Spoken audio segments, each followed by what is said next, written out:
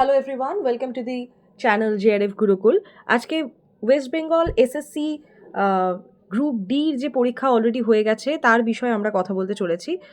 এখানে আপনাদের কেমন কি ডাকা হবে, কিভাবে যারা অলরেডি ভালো মার্কস পাবেন তাদের কিভাবে কি ডাকা হবে এবং ভ্যাকেন্সিজ কীরকম কি আছে রিজিয়ন ভিত্তিক, তো সেরকমই একটা ভিডিও আমি রাখতে চলেছি এই সময়।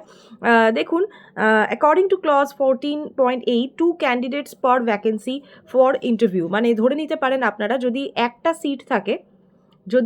সিট থাকে তার জন্য কিন্তু দুজন ক্যান্ডিডেট ফাইট করবে, ঠিক আছে? এই একটা সিটের জন্য কিন্তু দুজন ক্যান্ডিডেট ফাইট করবে, ঠিক আছে? সো এখানে টোটাল যে ভ্যাকেন্সি রয়েছে আপনারা দেখতেই পাচ্ছেন 5488, কিন্তু টোটাল ক্যান্ডিডেটস রয়েছে দেখুন 10,976, ঠিক আছে?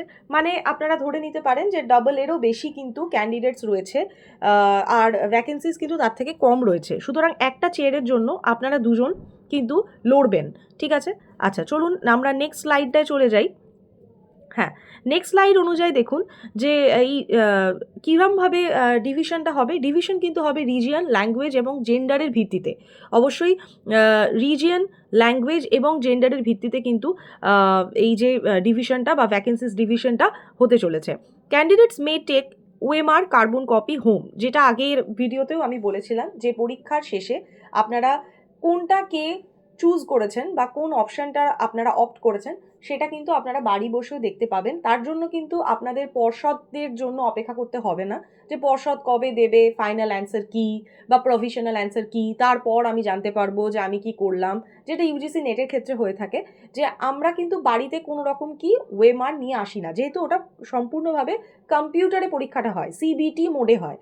কিন্তু এখানে যেহেতু ওএমআরে পরীক্ষাটা নেওয়া হয়েছিল, সুতরাং এই ওএমআরে পরীক্ষা নেওয়া হলে এই একটা সুবিধে থাকে যে পরীক্ষার্থীরা বা অ্যাসপিরেন্টসরা সেই একটা কার্বন কপি, যেটা ওএমআরের ঠিক পেছনেই থাকে, সেইটা তারা বাড়ি নিয়ে আসতে পারে, ক্যারি করে আনতে পারে, এবং সেখান থেকে কিন্তু তারা বুঝতে পেরে যায় যে আউট অফ 40, এক্ষেত্রে 40 ফুল মার্কস, তো আউট অফ 40 তারা কত পেয়েছে বা কত পেতে চলেছে। অনেকেই ইতিমধ্যে বলেছেন 35 অ্যাবাভ পেয়েছেন এবং বেশিরভাগই কিন্তু 35 অ্যাবাভ বলছেন, আর যারা 35-এর নিচেও আছেন তারা 33, 34, 32 এরকম আছেন। তো যাই হোক, আচ্ছা, expert committee minimum 3 associate Professor's finalise model answer কি ইজ ম্যান্ডেটরি। সে তো অবশ্যই পর্ষদের পক্ষ থেকে একটা প্রভিশনাল অ্যান্সার কি আপনাদের জন্য আসবে, পরীক্ষার্থীদের জন্য আসবে। তারপরে আসবে চ্যালেঞ্জ প্রক্রিয়া, মানে কোনো প্রশ্নে যদি ডাউট থাকে, কোনো প্রশ্নের উত্তর যদি পর্ষদ থেকে ভুল দিয়ে থাকেন এবং আপনারা যদি মনে করেন যে এই উত্তরটা ভুল, সেক্ষেত্রে আপনারা একটা সঠিক উত্তরটা চিহ্নিত করে নিতে পারেন ওই ঠিক 4টে অপশানসের মধ্যে থেকে, এবং তার জন্য কিন্তু আপনাদের ফুল প্রুফ একটা প্রমাণ দিতে হয়, কোনো বই থেকে ছবি তুলে সেইটাকে দিতে হয় যে হ্যাঁ আমি এই বইতে এই উত্তরটা পেয়েছি। এবং তার জন্য এরকম মানে যতগুলো প্রশ্ন আপনাদের মনে হবে যে হ্যাঁ এটা ডাউটফুল বা এই উত্তরটা পর্ষদ থেকে যেটা দেওয়া হয়েছে ভুল হয়েছে, তার জন্য আপনি চ্যালেঞ্জ করতে পারেন। সেই প্রক্রিয়ার ভিডিও আমি দেবো after giving provisional answer keys from the পর্ষদ, ঠিক আছে? সেটা আপনাদের যে অফিসিয়াল ওয়েবসাইট আছে ওয়েস্ট বেঙ্গল এসএসসির, সেখানে কিন্তু আমরা এই আপডেটগুলো পেয়ে যাব। আচ্ছা, নেক্সট দেখুন টাই ব্রেকার। এই রুলসটা কিন্তু খুব একটা ইম্পর্টেন্ট রুল। সেটা কি, যদি দেখেন যে দুজন ক্যান্ডিডেট বা এখানে যেহেতু হাজারে হাজারে ক্যান্ডিডেটস রয়েছে, এখানে এরকমও হতে পারে যে 300-400 জন মানুষ একই নম্বর পেল।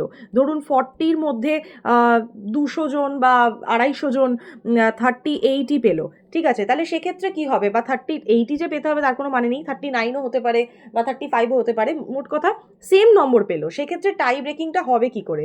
সেক্ষেত্রে দেখুন, all tied candidates at cut off called for preview, ঠিক আছে? প্রিভিউর জন্য কিন্তু এখানে ডাকা হবে।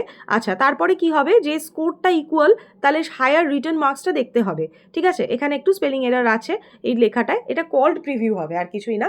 আচ্ছা, এখানে যে ওএমআরে যে নম্বরটা পাচ্ছেন, মানে দেখতে গেলে এই যে 40 মার্কস তো আপনারা ওএমআরে দিয়ে এসেছেন, তাহলে এই 40-র মধ্যে আপনারা কে কত পেয়েছেন, ধরে নিন 38ই পাচ্ছেন, তাহলে সেইটার ওপর ভিত্তি হবে প্রেফার্ড হবে, ঠিক আছে? তারপরেটা কি করে হবে, ইফ রিটার্ন মার্কসও ইকুয়াল, ধরে নিন 40 40-র মধ্যে আপনি 38 পেয়েছেন এবং সেটাও ইকুয়াল, সেটাও 200 জনের সাথে সেম হয়ে যাচ্ছে, সেক্ষেত্রে ওল্ডার ক্যান্ডিডেট কিন্তু তাদেরকে প্রায়োরিটাইজ করা হবে। যারা পুরনো ক্যান্ডিডেট রয়েছেন তাদেরকে কিন্তু প্রায়োরিটাইজ করা হবে, ঠিক আছে। ফাইনাল প্যানেল এবং ওয়েটিং লিস্টের মানেটা কি? ফাইনাল প্যানেল এবং যে ওয়েটিং লিস্ট আছে, একটু স্পেলিং এরার হয়েছে এখানটাতে, ঠিক আছে। আচ্ছা, এখানে যে ওয়েটিং লিস্ট আছে সেটা কি পাবলিশড অন কমিশন ওয়েবসাইট, যেটা অফিসিয়াল ওয়েবসাইট আছে সেখানেই।